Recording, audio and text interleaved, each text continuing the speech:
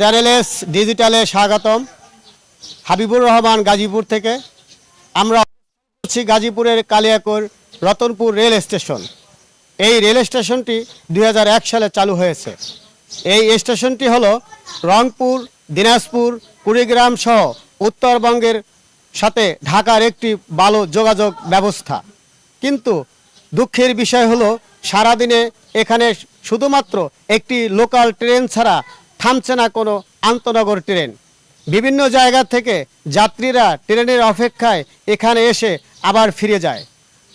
জনশূন্য এই রেল স্টেশনটিতে সন্ধ্যার পরে জমে এখানে মাদকের আড্ডা। তাই এলাকাবাসী এবং রেল স্টেশনের যারা যাত্রী হিসেবে আসেন তাদের দাবি এখানে একটি আন্তনগর ট্রেন এবং অন্যান্য ট্রেন যদি এখানে থামে তাদের এই দুর্ভোগ কমবে, সচ্ছল হবে এই পরিত্যক্ত রেল স্টেশনটি। আমরা যেখানে ট্রেনের নিয়ে আইসেন ট্রেন পাই না, আমরা যাবো কমবে ঘুরে যামগা। ট্রেনে আগে একটা দিছিল, সেই সুন্দরবন দিছিল, সেই সুন্দরবন নিয়ে গেছে গা। একটা ট্রেন লোকাল ট্রেন আসে, তাও আমরা রীতি মতন ট্রেন টাইম মতন পাই না। একটা ট্রেন আইয়ে তাও আইয়ে না, তাও সময় গেলে ঠেকে না, আমরা পাই না। দ্বিতীয় কথা, অনেক যাত্রী আসে ঘুরে যায়, সন্ধ্যার পরও কোনো আমরা ট্রেন পাই না। এখানে অনেক যাত্রী এসে বুক করে এখানে মনে করেন বসা বসা থাকে। ট্রেনের জন্য আমরা আইসা আইসা ঘুরে যাই। এখানে আরো 2টা ট্রেন দেওয়ার দরকার ছিল। ট্রেনের জন্য আমরা অনেক কষ্ট করি, আইসা যাওয়া করি।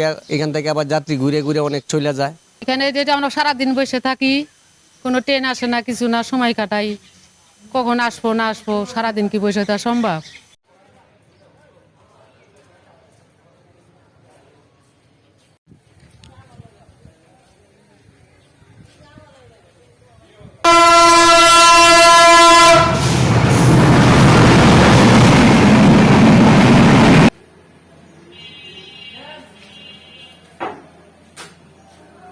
চ্যানেলএস হাবিবুর রহমান, কালিয়াকৈর।